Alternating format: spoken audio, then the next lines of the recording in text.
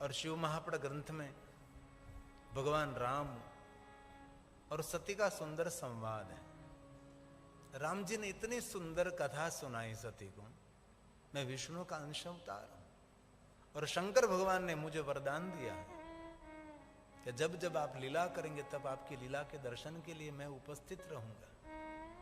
ब्रह्मा ने मेरे साथ कपट किया था और मैंने ब्रह्मा की रक्षा के लिए प्रार्थना की थी महादेव को, परोपकार किया था। मेरा परोपकार देखकर और मैंने सत्य वचन बोले थे, उसको देखकर भगवान शंकर जी ने मुझे कहा था कि जगत का इष्ट तो मैं हूं, लेकिन श्री हरि आप मेरी इष्ट रहोगे। ये वरदान के अधीन मेरा जय जयकार करते हैं। सती का संशय तो टूटा। सती भगवान राम के साथ संवाद करके वापस आई। महादेव ने पूछा कि आपने परीक्षा कर ली? सती सत्य का दर्शन करके आई, लेकिन कछु ने परीक्षा ली नहीं गोसाई। सती ने झूठ का आश्रय लिया। महादेव ने सब कुछ जान लिया, मन ही मन सती का त्याग किया। देवताओं ने जय जयकार किया। सती फिर पूछने लगी, देवता क्यों जय जयकार करते आपका? शिव जी ने कहा, शिव जी के मन में हुआ कि मैं सती को कहूं कि मैंने आपका त्याग किया है तो ये योग्य नहीं है, इसलिए मैं मौन रहूं, इसमें ही हमारा हित है। शिव जी ने मौन धारण किया और कहा कि सती हम कैलाश में जाएंगे। देवताओं का निजी स्वभाव है, कदम कदम पर मेरा जय जयकार करते ही रहते हैं। शिव और सती दोनों कैलाश पधारे।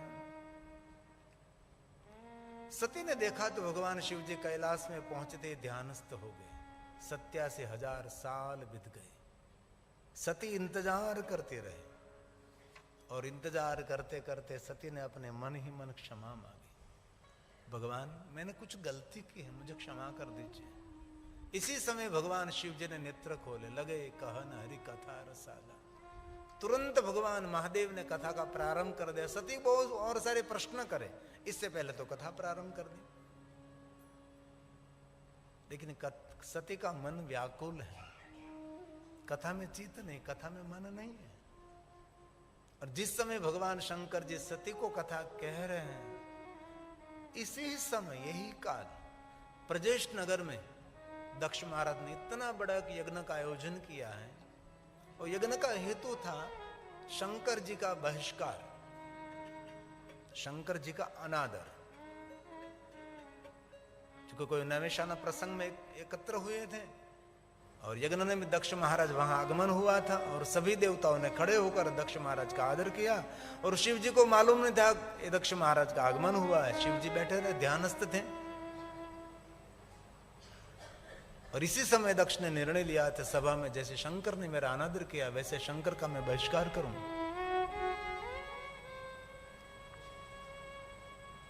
और सभी देवताओं को आमंत्रित किया, लेकिन महादेव को आमंत्रण निमंत्रण नहीं दिया। सभी देवता जा रहे हैं और सती ने बीच में कहा कि महादेव देवता कहां जा रहे हैं? शिव ने कहा कौन कहां जा रहा है, कौन कहां से आ रहा है, इनमें तो जीवन कम पड़ जाएगा। सती आप आदर के साथ भगवान की कथा का श्रवण करो, इनमें ही आपका कल्याण है, इनमें आपका हित है। सती बार बार पूछने लगी। तब भगवान शिव ने कहा कि सती आप सुनेंगे तो आपको तो बड़ा दुख होगा, लेकिन सुनो, आपके पिताजी दक्ष महाराज ने बहुत बड़ा यज्ञ किया है, लेकिन यज्ञ का हेतु एक ही है, मेरा बहिष्कार, मेरा अनादर। इसलिए आपको और मुझे निमंत्रण नहीं दिया है। इसलिए हम यहां भगवान की कथा करेंगे, कथा सुनेंगे। सभी देवता जा रहे हैं, कोई बात नहीं, आप भगवान की कथा का श्रवण करो। सती ने कहा कि मेरे पिता के वहां कोई प्रसंग है, मुझे तो जाना ही चाहिए।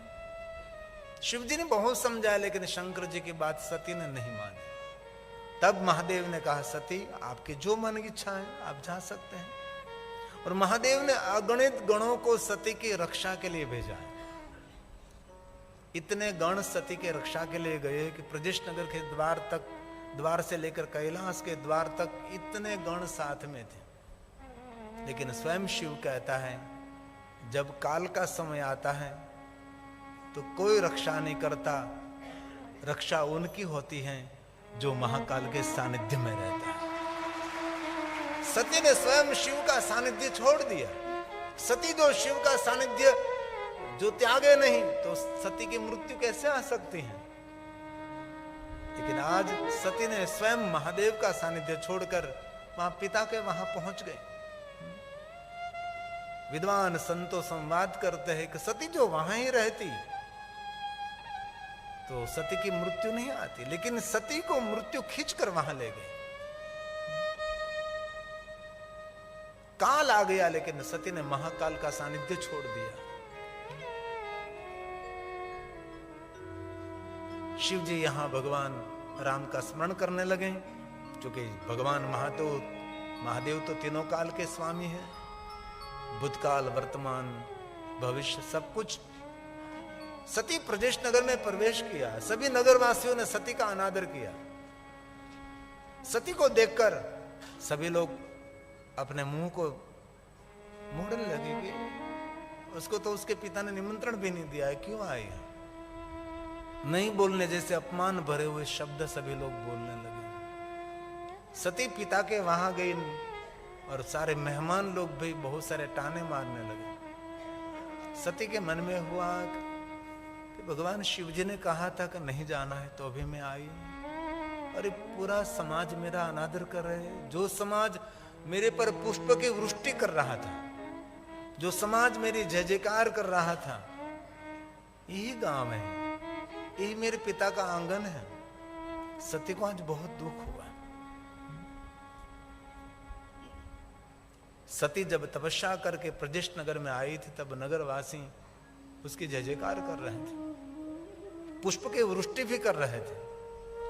हमारे राजा की पुत्री सती तपस्या करके आई है।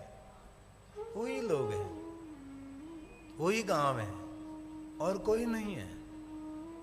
यही लोग आज सती को देखकर अपने मुंह को फेरने लगे, बहुत सारे अपमान भरे हुए शब्द बोलने लगे। इसीलिए जीवन में बहुत ध्यान रखिए, कोई आपकी प्रशंसा करे वो भी अनसुना रहिए, कोई हमारी निंदा करे तो भी अनसुने रहिए। हमने सुना ही नहीं बस, क्योंकि समाज का रूह कब बदलता है, समाज की मनोदशा कब बदलती है, किसी को पता नहीं होता। वही नगर है, वही नगर के लोग हैं, वही पिता का आंगन है। जहां सती का जय जयकार हो रहा था, वहां सती का अनादर हो रहा है। अंदर गए, सभी मेहमान लोग बोलने लगे,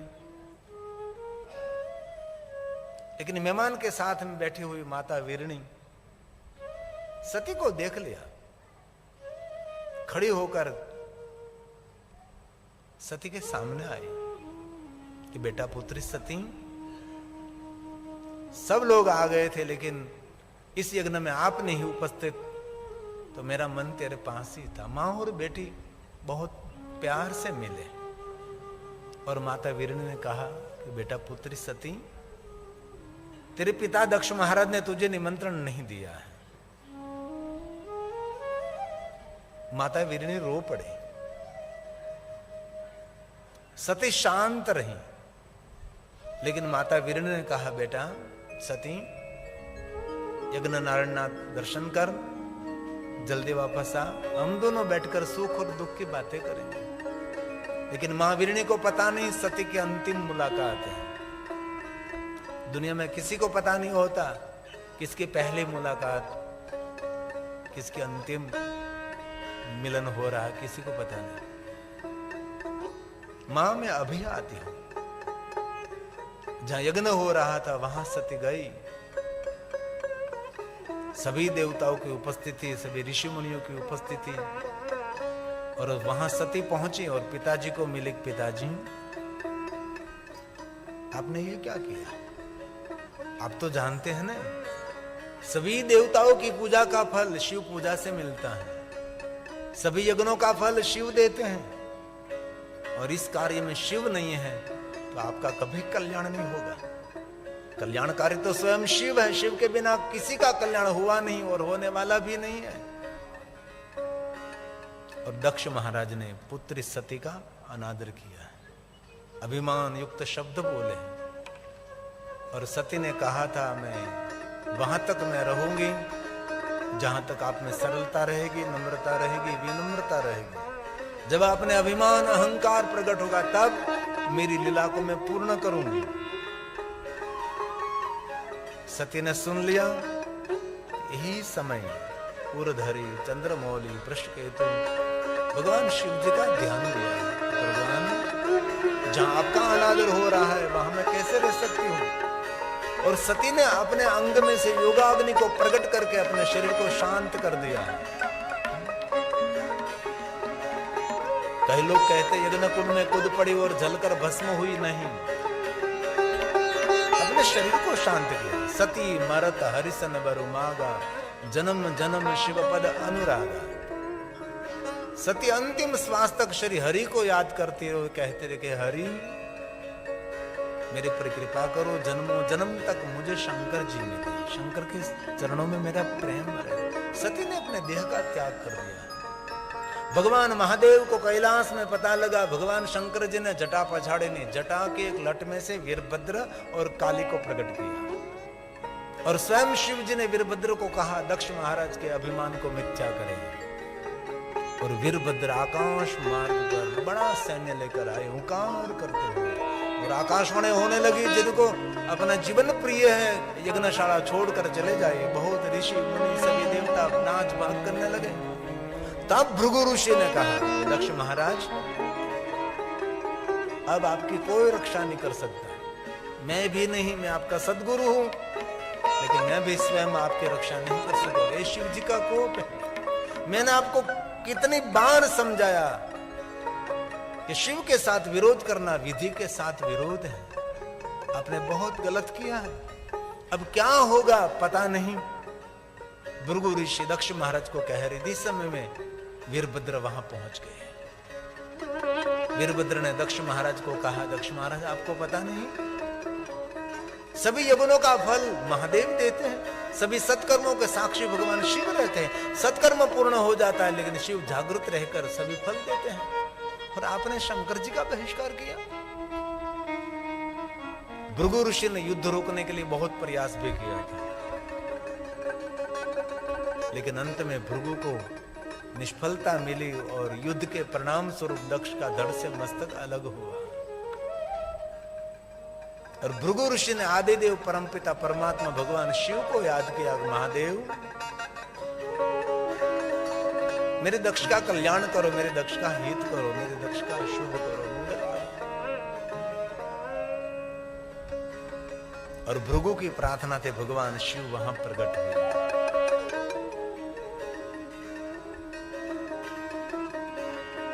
महादेव ने कहा भृगु, दक्ष महाराज का मस्तक अलग हुआ, यज्ञकुंड में जलकर भस्म हुआ है। उसको जीवित करने के लिए जो मिले उसका मस्तक लाओ। भृगु ऋषि गए, बकरे का मस्तक, पशु का मस्तक महादेव को दिया। सजीवन मंत्र का प्रयोग हुआ और दक्ष जीवित हुए।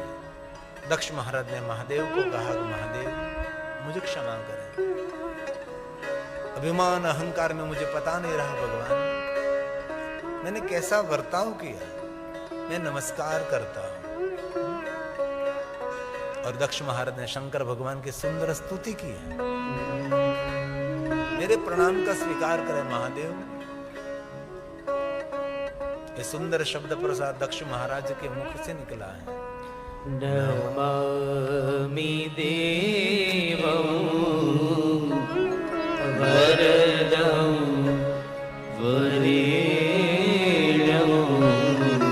भगवान दुनिया के सभी वरदान देने में सक्षम आप है महादेव।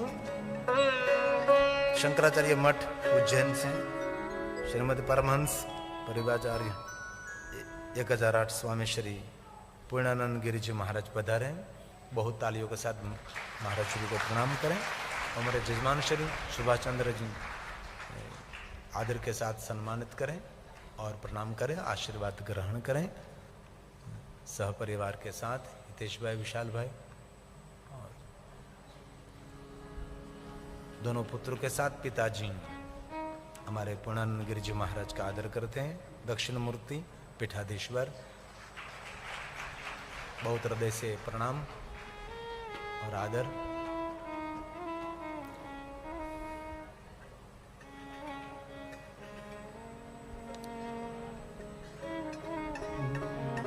तीर्थ में संतों का दर्शन हुई, तीर्थ का फल है। बहुत हृदय से बाबूजी हम आपका आदर करते हैं, प्रणाम करते हैं।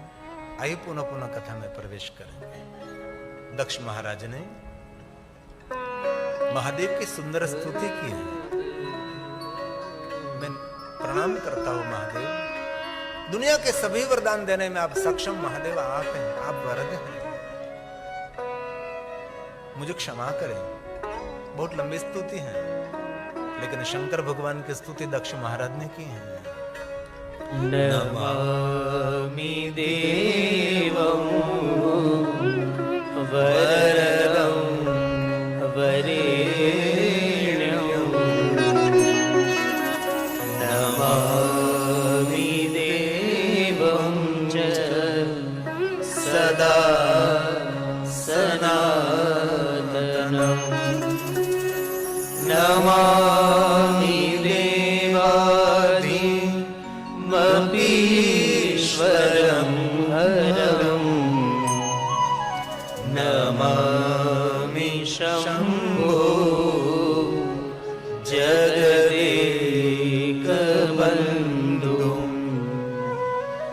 नमामि विश्वेश्वर विश्वरूपं,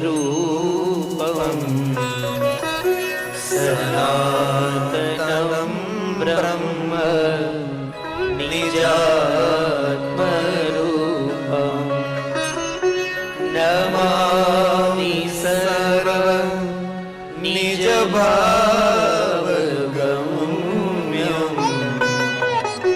वरं वरेण्यं वरदं नतोऽस्मि, वरं वरेण्यं वरदं नतोऽस्मि। भगवान महादेव ने कहा, दक्ष महाराज ऐसी एक बात महामंत्र की तरह याद रखिए। कहिए महादेव। स्वयं शिव जी ने कहा, दक्ष महाराज सुनो, जैसा वर्ताव दूसरों के साथ हम करेंगे वैसा वर्ताव हमारे लिए फलित होने वाला है। इसलिए ऐसा वर्ताव कभी नहीं करना चाहिए हमारे वर्ताव से दूसरों को दुख हो। आपका तो कितना बड़ा सामर्थ्य है दक्ष महाराज। और स्वयं भगवान शिव ने दक्ष महाराज को कहा है, दक्ष जी ये पूरा विश्व गगन में से, पाताल में से, कोई दिशा अंदेशे में से प्रारंभ नहीं हुआ रहा है। जहां आप बैठे, जहां आपकी उपस्थिति है, वहां से दुनिया का प्रारंभ हो रहा है। इसलिए जो कुछ आप बोलते हैं, जो कुछ सोचते हैं, जो कुछ विचारते हैं, सब कुछ आपसे ही प्रारंभ होगा। इसलिए शुद्ध विचार, शुद्ध सोच, ऊंची सोच और मिठी वाणी, दूसरों के कल्याण से भरा हुआ हमारा व्यवहार, ये हमारे लिए सुख का कारण रहेगा दक्ष महाराज। ये भगवान महादेव ने कहा है कि दक्ष महाराज सुंदर जल से भरा हुआ सरोवर है, जहां पत्थर गिरता है ना, वहां से तरंग प्रारंभ होती है। वो तरंग पूरे सरोवर में मिलती है, सरोवर में फैलती है। जो कुछ आप बोलते हैं आपसे प्रारंभ होगा। इसीलिए तुम्हारे ऋषि मुनियों ने कितनी सुंदर विचारधारा दी। सर्वे भवन्तु का, मेरा कल्याण हो ऐसा नहीं, मेरे परिवार का कल्याण हो ऐसा नहीं कहा, पूरे विश्व का कल्याण हो। सर्वे भवन्तु, सर्वे भवन्तु सुखिनः, ये ऋषि मुनियों की विचारधारा। सर्वे सन्तु निरामया। महात्माओं ने तो मांग लिया कि भगवान सबको सुख मिले, सबको आरोग्य मिले, लेकिन भगवान ने कहा कि सबको नहीं मिलेगा। जिनकी भद्र भावना होगी, जिनकी भद्र दृष्टि होगी, दूसरों के कल्याण का जो भाव करेगा उसका कल्याण होगा। दूसरे के आरोग्य का जो भाव करेगा उसको आरोग्य मिलेगा। सर्वे भद्राणि पश्यन्तु मा कश्चित् दुःखमाप्नुयात्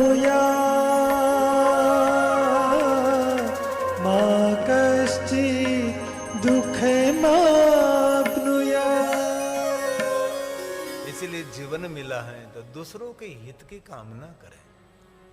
इस स्वयं भगवान महादेव ने दक्ष महाराज को ये सुंदर बोध दिया और स्वयं महादेव ने कहा दक्ष महाराज कुछ वरदान मांगिया। दक्ष महाराज ने कहा भगवान क्या मांगू आपके पास से? जगत हित के लिए, लोक हित के लिए भगवान यहां आप लिंग स्वरूप में प्रकट रहो। अनुग्रह है लोकानां, जगत हित के लिए लिंग रूपेण सतमहा। भगवान मैंने आपका अपराध किया है और कभी कोई आपका अपराध करे, शिव अपराध में से मुक्ति देने के लिए भगवान यहां आप उपस्थित रहे। और दक्ष महाराज की प्रार्थना से भगवान स्वयं लिंग रूपेण सतमहा, भगवान महादेव लिंग रूप में वहां गंगा के तट पर कनखल नगर प्रजेश नगरी में प्रकट रहे हैं, जिनको हम दक्षेश्वर महादेव कहते हैं। कभी देव अपराध, कभी महादेव का अपराध, कभी शास्त्र अपराध किया, तीर्थ अपराध किया, माता पिता का अपराध किया, सदगुरु का अपराध किया। जीवन के सभी अपराधों में से मुक्ति देने के लिए भगवान स्वयं शिव प्रजेश नगर में रहते हैं। कभी आपको हरिद्वार जाने का अवसर मिले तो कनखल में भगवान महादेव स्वयं दक्षेश्वर महादेव रूप में विराजते हैं। सभी अपराधों में से मुक्ति देने के लिए भगवान शिव स्वयं वहां रहते हैं। इसलिए जीवन मिला है तो दूसरों के हित की कामना करें।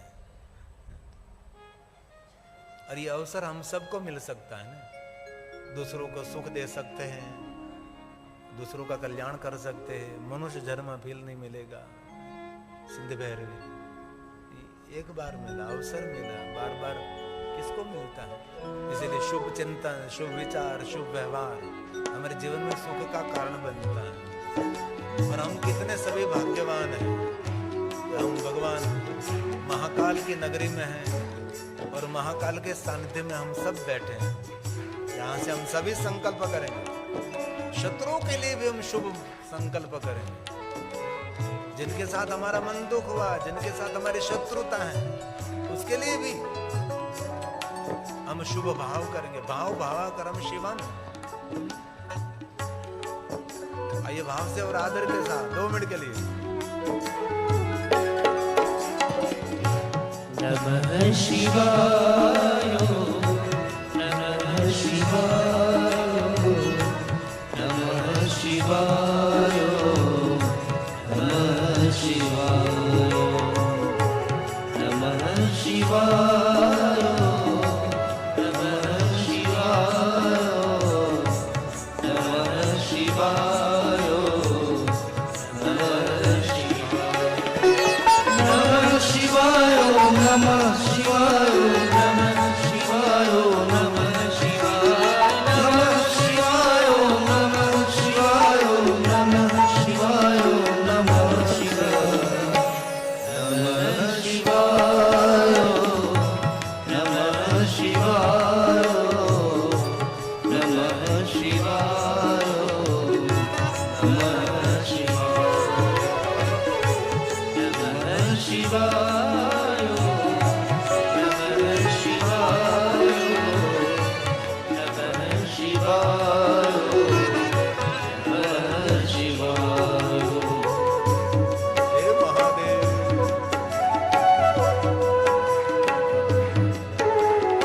अरे ताली महादेव ने बहाली।